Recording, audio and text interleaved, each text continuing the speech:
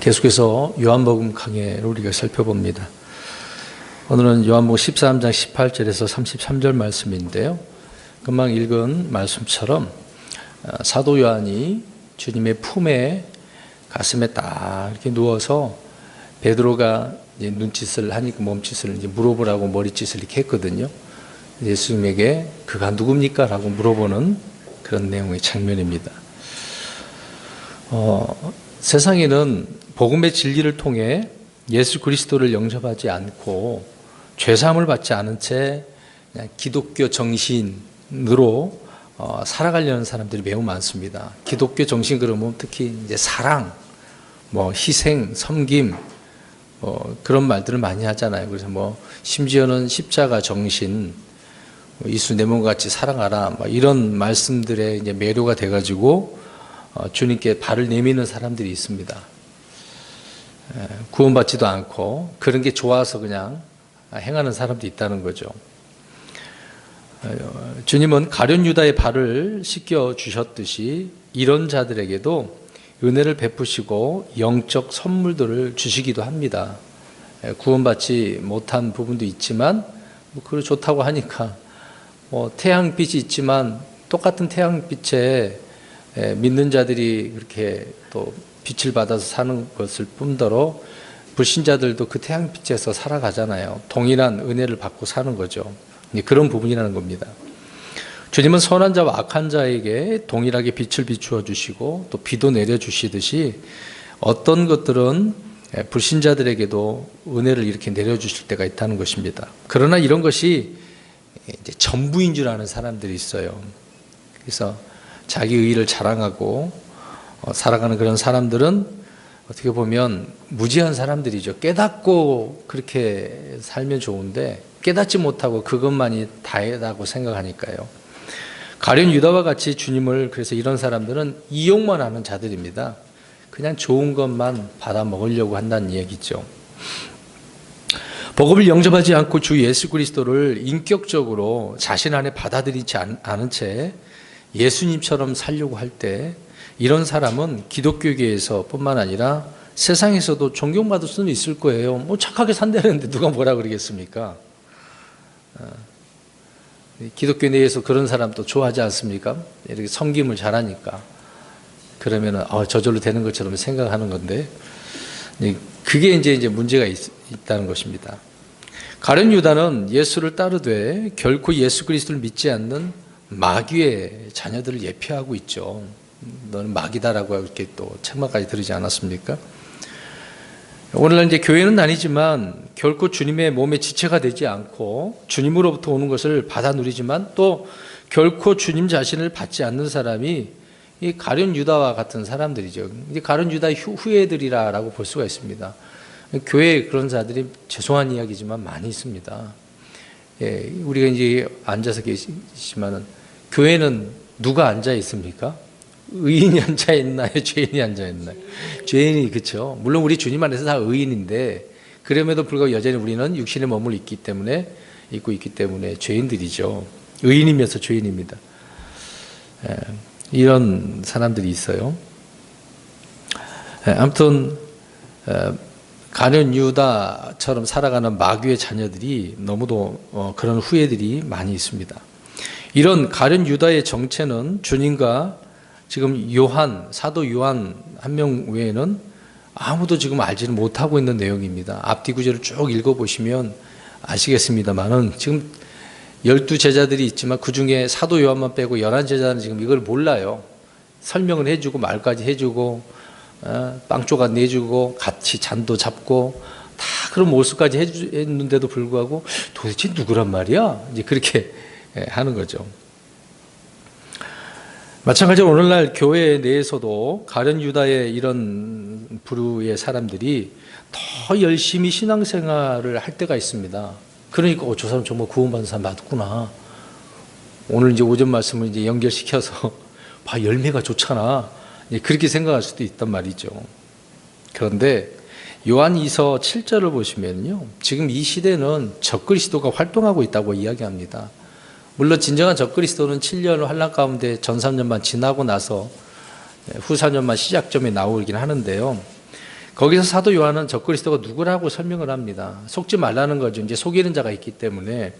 근데 그리스도께서 육체 안에 오신 것을 부인하는, 시인하지 않는 사람, 예수님을 주님의 하나님의 아들로서 또 육체로 이렇게 오셨다라는 부분을 믿지 않는다는 이야기죠. 그 당시에는요, 사도행전이나 사도 바울이 언급한 부분도 있지만 영지주의라고 하는 것이 있습니다. 영은 선하고 물질은 악하다.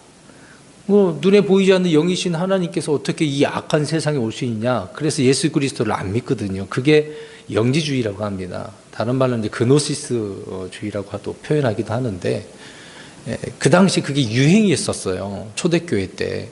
이제 이러한 내용들이 오늘날 교회 안에서도 이게 나타나는 부분이 있지만, 특히 우리가 여호와 증인도 그러지 않습니까? 예수님은 하나님의 아들로 안 받아들입니다. 그들 역시 영지주의자들이기 때문에 그래요. 영은 선한데 하나님이 어떻게 사람의 모습으로 오냐, 못 받아들이는 거죠. 그러니까 그 당시에 사도 요한이 요한일서 2서 7절에 적그리스도가 이렇게 육체로 오신 예수님을 시인하지 않는 무리들이 많다. 그게 적그리스도라고 이야기하고 있는 거예요. 그러니까 그래서 이런 부분이 있기 때문에 우리는 영적 분별력이 필요하다는 겁니다. 그러니까 오늘 이 내용 중에 주의 만찬에서 뭐 이렇게 주고받고 하는 제단을 발을 씻겨주시고 이런 내용의 식사 시간에 이런 표현을 해주셨는데, 이런 내용들을 통해서 우리가 무엇을 주님께서 말씀을 해주시려고 하는가, 그 부분을 오늘 이해를 우리가 말씀 통해서 이해를 하려고 합니다. 18절 이제 보십시오. 내가 너희 모두를 가리켜 말하지 아니하노니 나는 내가 택한 자들이 누구인지 아노라. 그러나 나와 함께 빵을 먹는 자가 자기 발꿈치를 들어 나를 대적하였나이다 한 성경 기록이 성취되게 하려 하노라. 이것도 이제 오해를 하고 있어요. 주님은 지금 사람을 부르시고, 물론 우리가 이제 주님은 부르시고 택하신 분이죠. 근데 오늘 이 말씀이 또 택한 자들이라고 표현하니까 무조건 택했다 그러면 또 구원받았다 그 얘기를 하고 있는 거예요. 지금 구원받은 자들을 택하는 것이 아니라 구원 예정을 말하는 게 아니죠. 누구를 택했다고 이야기하고 있는 거예요. 제자들이에요, 제자들. 주님은 제자들을 택하여 세우셨지 구원받을 자를 택한 것이 아니다. 그 얘기는 이게 좀 이해를 우리 해야 됩니다. 오전에도 좀 중복된 부분이 있는데요. 오해를 하시는 분들이 많아요. 앞뒤 구절을 생각 안 하니까 그래요. 무조건 구원하고 연결시키려고 하니까 그렇습니다. 구원은 모든 사람을 향해서 내게로 와라 그렇게 말씀하셨잖아요. 그리고 사역을 위한 제자들은 부르심과 택하심이 있는 거지 않습니까? 요한복음 15장 16절에도 너희가 나를 택하지 아니하고 내가 너희를 택하여 세웠다라고 말씀합니다. 1차적으로 이제 제자들에게 이렇게 말씀을 하고 있는 것이죠. 주님은 제자들 중에 12를 부르시고 그래서 택하셨습니다. 그 외에도 12제자만 있나요? 70명의 제자들도 있었죠. 그 외에도 또 있었으니까요.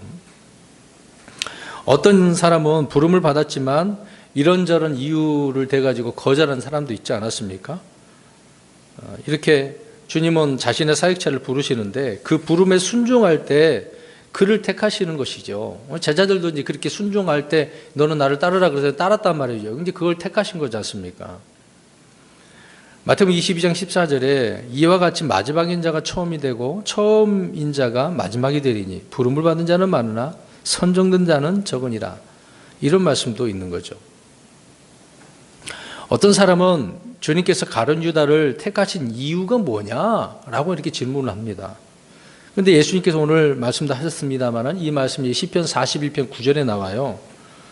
그 말씀을 성취되게 하려고 가룟 유다를 택하셨다라고 말씀합니다. 저번 주에도 말씀드렸습니다만 주님이 일하시는 기준은 항상 어디에 있는 거예요? 예, 기록된 하나님의 말씀이 있는 거죠. 그걸 이루시려고 그렇게 택했다라고 말씀하고 있습니다.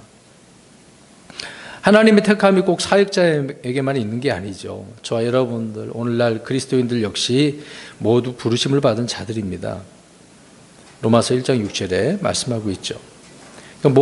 부르심은 모든 사람을 향해 있다는 것입니다. 그래서 예수님은 죄인들을 초청하시고 듣고 나오는 자들을 부름받은 자들이다라고 성경을 말씀을 하고 있는 겁니다. 주님께서 우리를 부르신 이유는 우리가 잘나서 아니 저거 이용해 먹어야지 그런 게 아니죠. 조금이라도 의롭고 거룩한 면이 있어서가 아니라 보잘것없어요. 추하고 쓸모없어요. 죄인이기 때문에, 악하기 때문에 부르시는 겁니다. 그 이유가 바로 더러운 죄인이기 때문에. 우리가 주님의 부르심을 들을 수 있는 것은 내가 죄인이라는 사실을 깨달을 때, 이걸 깨닫지 못하면 주님이 나를 부르시는 것을 못 알아듣는 거죠. 자신이 죄인이라는 사실을 알지 못할 때는 우리가 이제 비 올 때 하늘에서 쾅쾅쾅 하고 이제 천둥 소리 들리지 않습니까? 주님의 음성이 그렇게 들려야 되는데 그렇게 안 들리고 작게 들린다는 거죠. 알지 못할 때는 그래요. 그러나 내가 죄인이라는 사실을 알고 주님밖에 없다라는 것을 알 때 주님의 아주 작은 음성도 어떻게 들립니까? 이제 반대로 천둥 소리보다 더 큰 소리로 막 들리는 거죠. 뭐 조그만 소리에도 막 놀라는 그런 경우도 있지 않습니까? 주님의 음성에 그렇게 놀란다는 거죠. 그래서 마음을 더 크게 울리게 만드는 것이 주님의 세미한 음성이죠. 주님이 죄인인 우리를 왜 부르시는가? 그것은 우리가 알다시피 구원하시려고, 은혜를 베푸시려고, 새 생명을 우리에게 주시려고 부르신다는 것입니다. 이것은 주님의 자신의 목적과 은혜에 따른 것이라고 사도 바울은 디모데후서 1장 9절에서 말씀을 하고 있는 거죠. 그래서 그 부르심에 응답을 할 때 부르심에 참여하는 자들이 되는 것입니다. 저와 여러분들이 이렇게 참여한 자들이 되는 것이죠. 그래서 우리들은 늘 우리의 귀가요 예민해야 돼요. 예민한 귀를 가지고 주님의 그 음성에 귀를 기울이는 종들이 돼야 됩니다. 요한복음 10장에 나는 선한 목자의 그 비유에서 우리가 음성 얘기를 살펴보지 않았습니까? 누구만이 주님의 음성을 들을 수 있어요? 양. 양은 주님의 음성을 듣는다라고 말씀하고 있죠. 또 18절 말씀은 주님이 택하신 부분 속에서 12 중에 또 그 중에 한 사람 가룟 유다를 할지라도 그게 주님의 말씀을 성취하기 위해서 택했다. 그렇게 말씀을 하고 있습니다. 계속해서 19절 봅니다. 그것이 일어나기 전에 내가 지금 너희에게 말하는 것은 그것이 일어날 때에 내가 그인 줄을 너희가 믿게 하렴이라. 그러니까 일이 일어나기 전에 지금 말씀을 해주고 있네요. 앞으로 일어날 것을 미리 말씀해주고 있는 거죠. 그 이유는 제자들에게 무엇을 주기 위해서? 믿음, 믿게 하려고, 믿음 주기 위해서. 말씀을 애초부터 이렇게 듣고 믿으면 얼마나 좋겠습니까?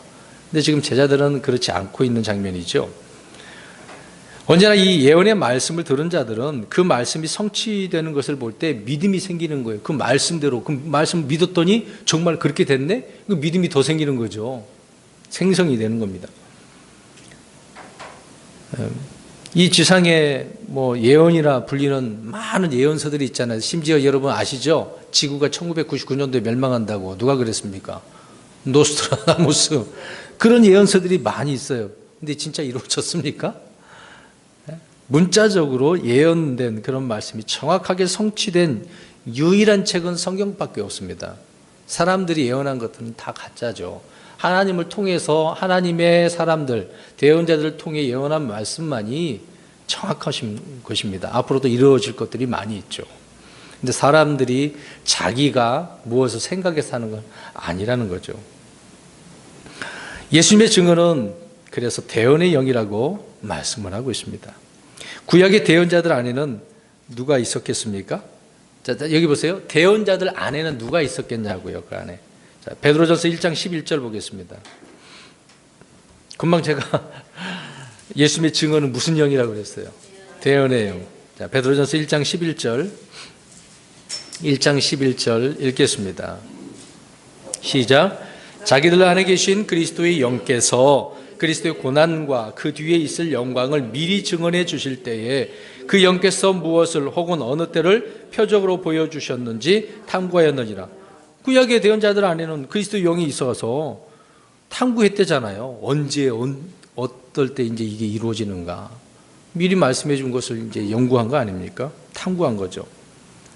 그러니까 그리스도의 영이 있었던 사람들은 미리 올 일들에 대해서 열심히 이렇게 연구하고 탐구했다고 말씀하고 있습니다. 저와 여러분이 그리스도의 영이 있을 때 그리스도의 영으로 기록된 이 하나님의 말씀을 그래서 이해할 수 있고 믿을 수 있는 겁니다. 하나님 말씀 믿어지십니까? 이거 놀라운 일이거든요. 놀라운 일. 어떻게 하나님 말씀이 그 글로서 기록되기만 했는데 그게 믿어지냐고요. 성경에 연구하는 데 있어서 그 핵심이 또 특히 예언 연구는요, 오직 그리스도의 영으로만 가능한 일이라고 그 얘기합니다. 그래서 그 그리스도의 영이 우리 안에 들어와 있기 때문에 믿어지는 거예요. 믿음의 영이 들어온 거죠. 우리가 성경을 믿을 수 있는 근거는 그래서 바로 이 예언의 말씀, 기록된 말씀이 있는 겁니다. 수없이 많은 예언 말씀들이 성취되는 것을 볼 때 예수 그리스도는 믿는 것보다 오히려 믿지 않는 것이 이제 어려운 정도가 아니겠습니까? 우리가 영어서 봤지만 예수는 역사다. 그 영어 알잖아요. 자기 부인이 자꾸 교회 가서 내 아내를 교회가 예수 그리스도가 빼앗아 갔다 그래갖고 이거 가짜다라고 해서 막 찾아다녔더니 결국은 어떻게 됐어요? 믿어지잖아요. 이거 부인할 수가 없어요. 찾으면 찾을수록 정확하니까. 성경의 예언은 그대로 다 이루어진 거 아닙니까? 앞으로 이루어질 것이고요. 이제 그런 것에 관심을 가지고 찾는 사람은 믿어진다니까요. 믿지 말라 그래도 찾아보니까 정말 그렇더라고 믿어지는 거예요. 그런데 그렇게 탐구하고 연구하지 않으니까 문제입니다. 많은 사람들이 그게 뭐 어쩌다고 우습게 생각하니까 쳐다도 보지도 않는 거죠. 그래도 그리스도인들 안에서도 우리 좀 주님을 더 알아보자. 그래서 성경 읽어보자. 근데 안 하잖아요. 알고 싶지 않다는데 어떻게 합니까? 주님은 이미 자신이 이 땅에 육신을 입고 오시기 전부터 자신에 대해서 이렇게 예언하셨고 말씀을 기록해 두신 거죠. 주님은 제자들에게 계속해서 자신에게 닥칠 이런 죽음과 부활에 대해서 말씀을 해 주셨습니다. 그것뿐만이겠습니까? 가룟 유다의 배신도 말씀해 주셨고 또 제자들의 불신할 것 다 흩어질 것도 다 미리 말씀해 주신 거죠. 그것은 이런 일들이 실제적으로 주님의 말씀이 기억나고 주님이 누구신지 알고 어떻게 하려고 오늘 읽었잖아요. 어떻게 하려고?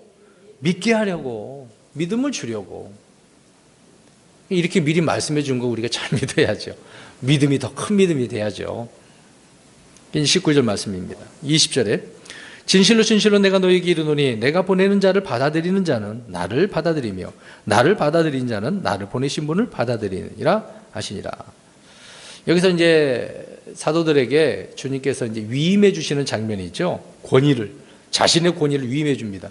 예를 들어 우리 이제 이재환 형제님 있지만 이재환 형제님 우리 예수님께 보내주셨어요. 보냄을 받아가지고 여기저기 많은 사람들에게 복음을 전해요. 그 복음을 딱 전했는데 복음을 받아들였어. 그럼 누구를 받아들인 거라고요? 예수님을. 그 얘기를 하고 있는 거거든요. 주님은 자신이 하나님을 또 보냄을 받으신 분으로 또 주님을 받아들일 때 누구나 하나님 아버지를 받아들이는 것이다 라고 말씀을 하고 있는 겁니다. 그러나 예수 그리스도를 믿지 않을 때는 누구를 믿지 않는 거죠? 이주환 형제를 믿지 않는 게 아니라 하나님을 믿지 않는 거예요. 주님은 제자들에게도 동일한 이런 사역의 권위를 이렇게 위임하심으로 누구든지 제자들을 통해서 전파되는 예수 그리스도를 믿지 않을 때는 주 예수 그리스도를 믿지 않는 것이 되는 거라고 말씀을 하고 있는 겁니다. 그러니까 주님께서 자신이 친히 보내실 사역자들에게 대한 이런 태도를 모두 자신에게 대하여 이제 말씀을 하고 있는 거죠. 누구를 대하는 거다? 예수님을 대하는 거다. 그 얘기를 하고 있는 겁니다. 그러면 이제 우리 이재환 형제님이 어디를 가서든지 이재환 형제님을 보여주는 게 아니라 누구를 보여주는 거예요? 예수님을 보여줘야죠. 바로 그것이죠. 제자들이 이제 그렇게 제자들에게 위임을 하셨다. 그 얘기를 하고 있는 겁니다. 이런 말씀은 교회의 사역자들의 영적 권위를 세워주기도 하죠. 양의 무리들에게 권세를 또 부리라고 주는 말씀처럼 생각할 수도 있지만 그런 문제는 아닙니다. 그것이 아니죠. 사역자들에게 자신의 사역에 대한 확신을 얻게 해주시는 겁니다. 우리가 나가서 이제 그런 증언들을 할 때 그 사람이 믿게 되어지면 얼마나 우리의 마음이 뜨거워집니까? 한 영혼이 지옥으로부터 지금 건진받았으니까 그럴 때는 하늘에서 막 기뻐 뛰는다고 찬양한다고 하잖아요. 천사들이 그런 걸 볼 때 막 기뻐갖고 떠든다고요. 영광 돌리는 거거든요. 엄청난 일입니다, 이게요. 예? 그러니까 그리스도를 영접하기 위해서는 과거 이제 베드로나 사도 바울을 어떻게 해야 돼요? 받아들여야 돼요. 받아들이는 것은 우리 예수님을, 아버지 하나님을 받아들이는 거다. 그래서 이제 그런 것처럼 이제 누가 복음을 전하는 사람들, 선포자들을 다 받아들여야죠. 받아들이지 않으면 복음의 주체이신 예수님을 거절하는 것이다. 그 얘기입니다. 그래서 우리가 선포하는 것은 오직 예수님이어야죠. 예수님 말고 다른 거 이제 넣으면 안 됩니다. 저 사람을 어떻게든 데려오려고 여러 가지 말들을 하는데 다 소용없어요. 오히려 그 사람을 잘못되게 만들 수도 있으니까 그냥 복음만 전하면 돼요. 진정한 복음만. 저와 여러분은 어떻게 증언자가 되어야 되겠습니까? 주님께서 나를 통해 말씀해 주시고 또 일하시고 드러내도록 하시는 그 일들을 우리가 주님 앞에, 세상의 사람들 앞에서나 주님 앞에 보여드려야 되겠죠. 하나님 되심을 우리가 밝히 드러내는 성도가 되어져야 하는 것입니다. 그런 말씀이 20절에 기록되어 있고요. 21절에 예수님께서 이렇게 말씀하시고 영으로 괴로워하사 증언하여 이르시되 진실로 내가 너희에게 이르노니 너희 중에 한 사람이 나를 배반하여 넘겨주리라 하시매. 제자들 12제자들 이야기하는데 한 사람이 어떻게 한다고 그래요? 배반하고 넘겨준다. 말씀을 증언하시던 주님께서 영으로 이렇게 괴로워하시네요. 예전에 이제 이 영의 괴로움을 좀 말씀드렸는데, 영이나 혼이나 몸이나 마찬가지로 다 이게 지정의가 있어요. 다 느껴지는 겁니다. 혼만 그런 게 아니라. 그거는 말씀드렸기 때문에 굳이 더 말씀드릴 필요는 없을 것 같고요. 아무튼 이 21절에서 12명을 불렀는데 한 사람이 배반하여 넘겨주게 된다. 근데 지금 주님이 이렇게 말씀을 하실 때 제자들은 그가 누구인지 알아요, 몰라요? 몰라요. 지금 사도 요한도 모르고 있는 장면입니다. 22절에 이에 제자들이 서로 바라보며 그분께서 누구를 가리켜 말씀하시는지 의아해하더라. 도대체 누구야? 지금 여기 몇 사람 안 되지만 서로 쳐다보세요. 누군데? 둘이 이렇게 의아해하고 있는 거예요. 뭔가 계속 말씀하시는데 모르겠어. 지금 그 얘기예요. 근데 누가복음 22장 23절을 보면은요, 그들이 자기들 중에 이런 일을 행할 자가 누구일까 하고 자기들끼리 묻기 시작하더라, 그 얘기입니다. 서로 물어보는 거예요. 예수님과 같이 있는데도 누구래? 이렇게 물어보는 겁니다, 지금요. 근데 그 사람이 이제 가룟 유다인데요. 순수한 양심과 선한 양심을 유지하지 못할 때는 이게 주님의 말씀이 이 은혜가 되는 것이 아니고 오히려 그런 말을 들으면은 나 말하는 거야? 가슴이 철렁 내리는 거죠. 자꾸 누군가를 얘기하니까 정확하게 말씀 안 하고 있으니까 누군가 하다가 결국은 자기를 돌아보면 나한테 그러시는가? 그러면 여러분 어때요? 가슴이 철렁거리죠. 막 부들부들 떨게 되는 거죠. 내려앉습니다. 양심이 깨끗하지 못할 때는 막 누가 이제 부르는 소리나 전화벨 소리에도 놀라는 거예요. 아까 우리 그런 얘기 좀 했던 것 같은데 경찰만 봐도 막 심장이 뛴다고 했는데요. 예? 뭐 자라보고 놀란 가슴 뭐 보고 또 놀라. 서뚜껑인가요? 아무튼 이게 놀라네요. 우리의 신앙 양심은 그래서 이런 증언의 능력에 영향을 미친다는 겁니다. 이 양심이라고 하는 것은요, 우리 사람들 다 양심이 있는데 이 양심은 믿음하고 정말 밀접한 연관이 있어요. 근데 그 양심이 나를 정죄하거나 약해지게 되어지면 믿음은 그냥 터진 자루처럼 터진 포도 자루처럼 금방 이렇게 새어 나가는 거죠. 그래서 우리 양심이 깨끗해야 됩니다. 깨끗하게 하는 것은 무엇이겠습니까? 저와 여러분들 죄를, 양심을 깨끗하게 하는 것 어렵지 않은데요.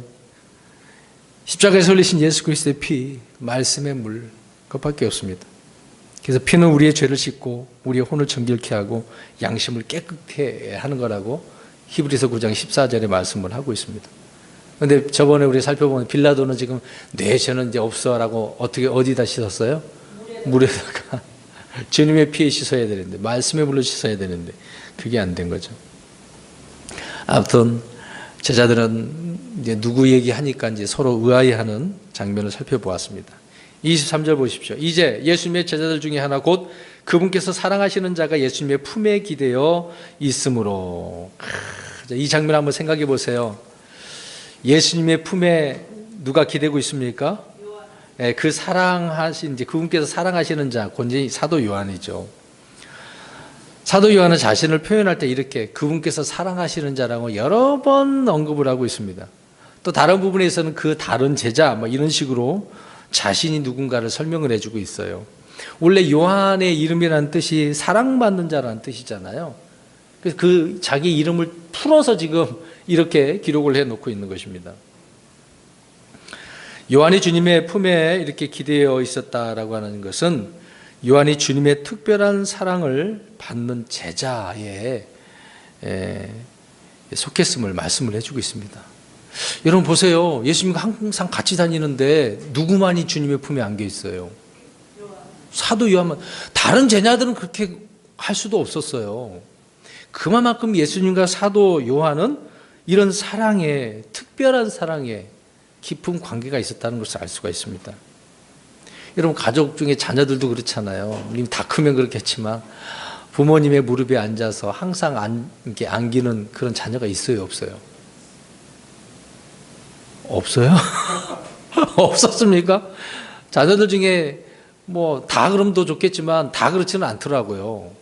꼭 하나는 한두에는 꼭 부모의 사랑을 진짜 받는 자도 있잖아요. 야곱의 아들들 중에 누구 있었습니까? 요셉. 그러니까 다른 형제들이 더 시기하는 면도 있었죠. 네. 그런 면이라고 우리가 보면 되겠습니다. 그러니까 요한이 쓴 이 성경에 보면은 요한복음뿐만 아니라 1, 2, 3서도 있잖아요. 요한계시록까지 보면 특별히 하나님의 사랑에 대해서 요한 서신에는 강조되어져 있습니다. 특히 요한 1서 더 많이 나오잖아요. 요한 자신이 주님의 사랑을 깊이 체험하고 누리고 있었다는 사실을 알 수 있습니다. 그러니까 이런 사랑 이야기를 하지, 사랑도 경험해봐야 그 맛을 알고 표현하지 않겠습니까? 지금 이 편지잖아요. 서신이잖아요. 그 사랑을 아니까 그렇게 성도들에게 야, 주님은 이런 사랑이야. 우리도 사랑해야 돼. 서로 사랑해야 돼. 라고 쓸 수 있는 거죠. 이것은 인간적인 사랑이 아니지 않습니까? 진리로 인한 사랑, 하나님의 사랑이죠. 그래서 요한은 사랑을 누려봤고 그 사랑이 무엇인지를 가장 잘 알았던 그 사람이라는 것을 알 수가 있습니다. 그 하나님의 사랑이 어떻게 나타납니까? 하나님의 사랑은 주님이 이 땅에 육신을 입고 오신 것으로 나타났잖아요. 근데 사람들 그걸 못 알아보는 거죠. 십자가의 사랑도 못 알아보고. 바로 주 예수 그리스도가 우리를 향한 하나님의 사랑이라는 것입니다. 그래서 하나님의 의, 지혜, 진리 등이 이 모든 것이 우리 주 예수 그리스도로 보여주고 있는 거죠. 그러니까 예수님이 하나님의 사랑입니다. 그 주님을 받아들이는 것이 하나님의 사랑을 받아들이는 거죠. 요한은 그것을 경험하고 있었다는 겁니다. 근데 많은 사람들이 이 하나님의 사랑을 막 누려보려고 느껴보려고 막 그렇게 하죠.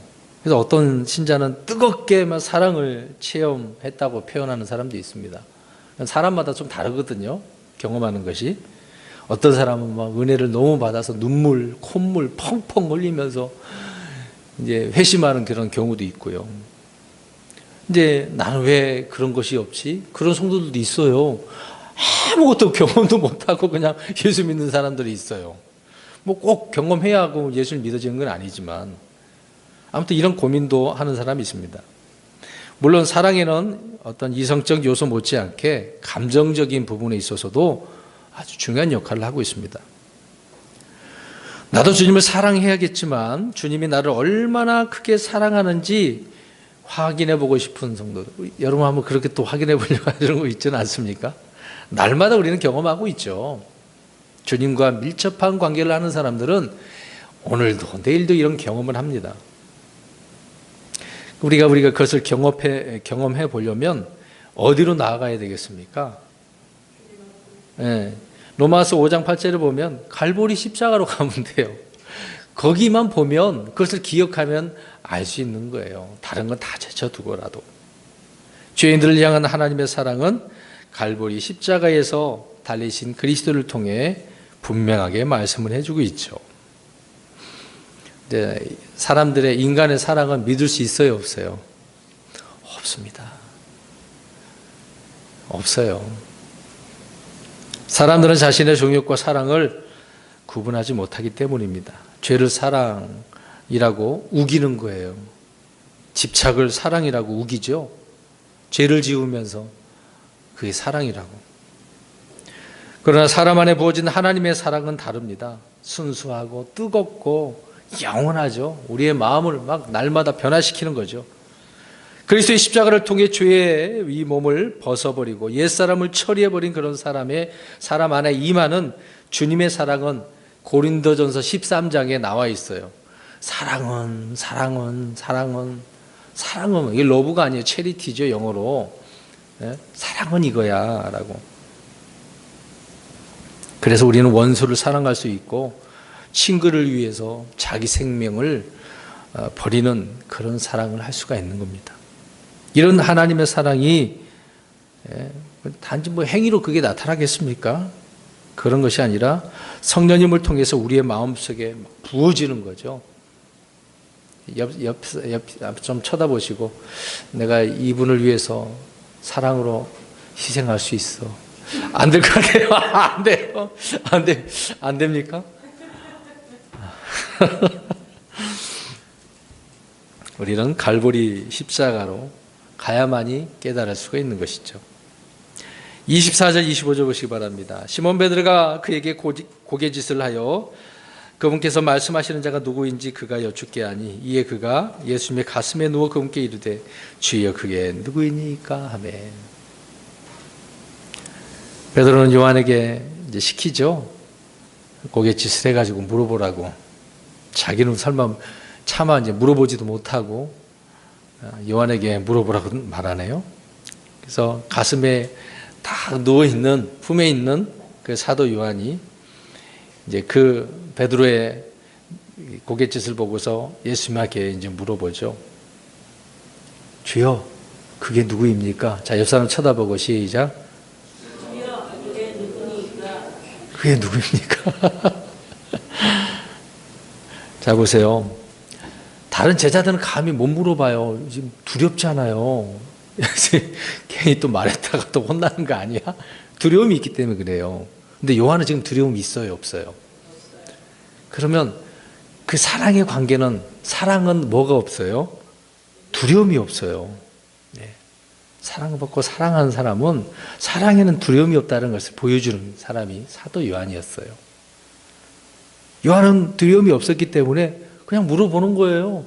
누구예요? 라고. 베드로는 차마 못 물어보잖아요. 사랑의 차이입니다. 사랑의 차이. 우리에게 이런 주님의 사랑을 경험해야 돼요. 깨달아야 됩니다. 하나님의 사랑을 맛보고 경험한 사람들은 자신이 받은 구원에 대해서 그래서 두려움이 없어요. 의심도 없어요. 흔들림도 없습니다. 그러나 반대로 사랑이 없을 때는 늘 어떨까요? 불안해요. 요동 막 흔들려. 뭔가 잘못하기만 하면 또 흔들리는 거야. 문제 있네요. 근데 이 사도 요한은 그게 없었어요. 우리 성도인들도 이런 두려움이 없고 사랑의 관계가 되기를 바랍니다. 26절에 예수께서 대답하시되 내가 빵 한 조각을 적셔다 주는 자가 그니라 하시고 빵 한 조각을 적시사 시몬의 아들 가룟 유다에게 주시니라. 요한의 질문에 대해서 주님이 답변을 주시네요. 근데 다른 제자들은 주님께서 행하시는 이 일이 배반자 이 가룟 유다를 가르쳐 주시는지 지금 모르고 있어요. 모르고 있어요. 지금 누구만 알고 있어요? 요한은 알고 있어요. 잘 보셔야 됩니다. 우리는 여기서 주님의 계시를 받은 자만이 그 영적인 대적의 그 실체가 누구인지를 바르게 알 수가 있어요. 이 장면을 통해서 알 수가 있습니다. 주님으로부터 이 대적 마귀에 대해서 배우면 그 이후로는 그 대적들의 행동이 눈에 보여요, 안 보여요? 보이는 거예요. 지금 알잖아요. 다른 사람들 모르기 때문에 가룟 유다가 이 나쁜 놈이야? 몰랐단 말이에요. 이제 이 장면 속에서 예수님이 사도 요한이 물어보니까 알려줬단 말이죠. 이제 그때부터 이 가룟 유다가 누구인지를 알고 가룟 유다에 대해서 성경에 기록을 해놓습니다. 계시를 받은 사람만이 아는 거예요. 말씀을 깨달은 사람은 아는 거죠. 요한은 이제 마귀가 하는 짓을 바라볼 수 있습니다. 그가 행동하는 것을 꿰뚫어 볼 수 있습니다. 이제 주님께서 그렇게 하셨기 때문에 가룟 유다를 볼 때마다 이런 무슨 짓을 하려고 하지? 그런 마음이 드는 거죠. 아, 저거 훔치려고 하네? 도둑놈이네? 그렇게 이제 알게 되는 겁니다. 계속해서 보겠습니다. 27절에 빵 조각을 받은 뒤에 사탄이 그 속에 들어가 그때 예수께서 그에게 이르시되 내가 하는 일을 속히 하라 하시니라. 내가 하는 일 지금 다 아시고 가룟 유다에게 말씀하시네요. 가룟 유다는 요한복음 6장 70절 71절을 보면 마귀라고 말씀하고 있죠. 마귀다. 또 요한복음 17장 12절에는 멸망의 아들이다. 물론 사도행전을 보면은 목을 매서 자살을 했는데 이제 떨어져 갖고 창자가 터져서 이제 죽게 됐죠. 그래서 이제 이 가룟 유다가 간 곳은 지옥이 아니라 자기 초소라고 말씀을 하고 있습니다. 바닥 없는 구덩이를 말하고 있죠. 가룟 유다는 주님으로부터 빵 한 조각을 받았을 때 무엇으로 충만해지고 있는 겁니까? 그렇죠, 마귀. 사탄으로. 사탄이 들어가니까. 그래서 내가 하는 일을 속히 하라고 말씀해주고 있습니다. 28절에 이제 상에 앉은 자 중에는 아무도 그분께서 무슨 뜻으로 그에게 이렇게 말씀하셨는지 알지 못하고, 보세요, 지금 아무도 몰라요. 사도 요한만 지금 알고 있습니다. 제자들은 아무도 가룟 유다의 정체를 알지 못한 부분이죠. 주님이 하신 말씀 역시 알지 못했습니다. 우리는 적그리스도와 마귀의 정체를 아는 방법이 사도 요한처럼 주님과 이렇게 밀착한 그런 관계, 주님의 말씀을 밀착해서 이렇게 들을 수 있어야 됩니다. 듣는 것이죠. 주님의 품에 기대는 것, 주님과 이렇게 밀착하는 것이야말로 악을 이기는 가장 좋은 방법입니다. 그것이 이제 28절에 말씀을 하고 있는 거죠. 다른 제자는 모르지만 사도 요한은 주님과 가까이 있기 때문에 알 수 있습니다. 29절에 그들 중에 어떤 이들은 유다가 가방을 가졌으므로, 자, 이거 보세요. 이제 자다가 봉착진 뜨는다는 것처럼 이런 일이 벌어지는 거예요. 예수님께서 그에게 명절을 대비하여 우리에게 필요한 그것들을 사라 하고 말씀하셨거나, 또는 그가 가난한 자들에게 무엇을 주어야 한다고 하실 줄 생각하더라.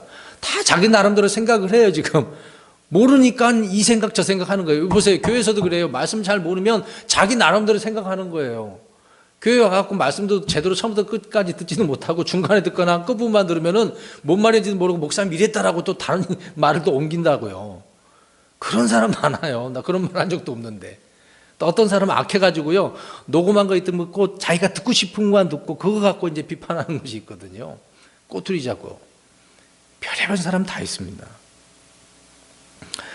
우리가 알고 있듯이 금방 말씀이 기록하고 있는 것처럼 가룟 유다는 제적을 맡았던 사람이었죠. 그래서 주님께서 뭔가 명절에 필요한 것을 가난한 사람들에게 나눠줄 것을 사라고 그랬는가? 그렇게 생각하고 있는 거예요. 근데 가룟 유다는 제적을 맡았지만 누구라 그래요? 도둑놈이라고요. 도둑놈. 딴 생각하면 안 되겠죠. 30절에 그때 그가 빵 조각을 받고 곧 나가니 때는 밤이더라. 마귀는 갑자기 이런 장면도 우리가 우습게 넘어가면 안 되죠. 갑자기 때는 밤이라는 말이 왜 나왔겠어요? 어둠의 권세를 지는 자가 바로 마귀잖아요.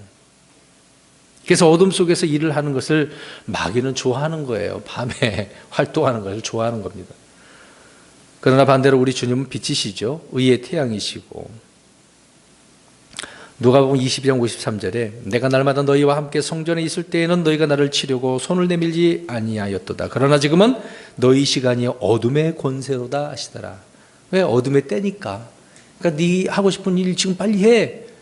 그때가 지금 밤에 하려고 했던 거죠.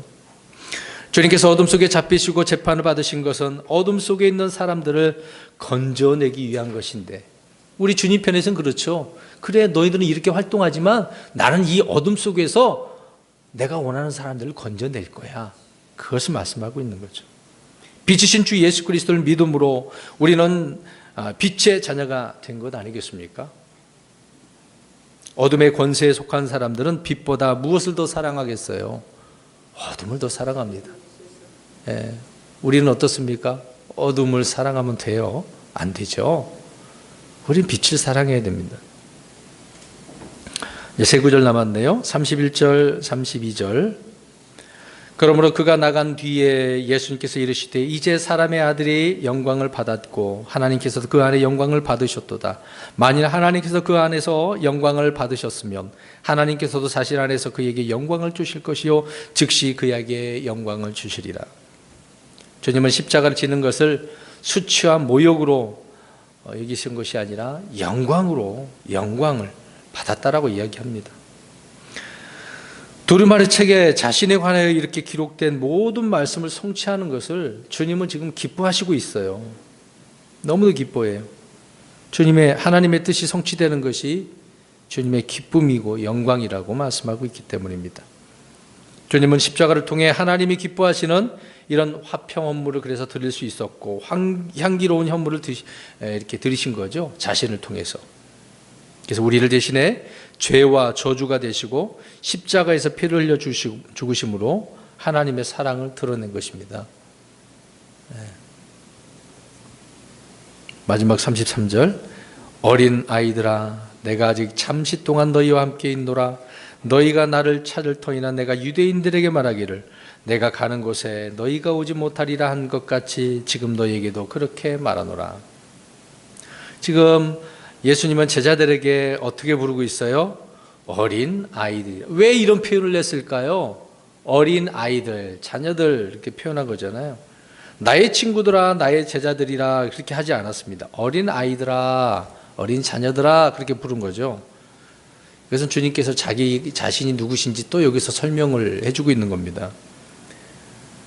제자들이 주님의 아이라고 주님께 말씀하셨는데 그러면 주님은 반대로 누구겠습니까? 하나님 아버지시죠. 네, 하나님 아버지죠. 주님께서 영원하신 아버지라는 사실을 지금 말씀해주고 있는 것입니다. 저와 여러분에게 아버지시죠. 주님께서 처음으로 제자들을 향해 이렇게 어린 아이들이라고 말씀을 하고 있습니다. 그러면서 또 제자들과 함께 있을 시간이 앞으로 길어요, 짧아요? 짧아요.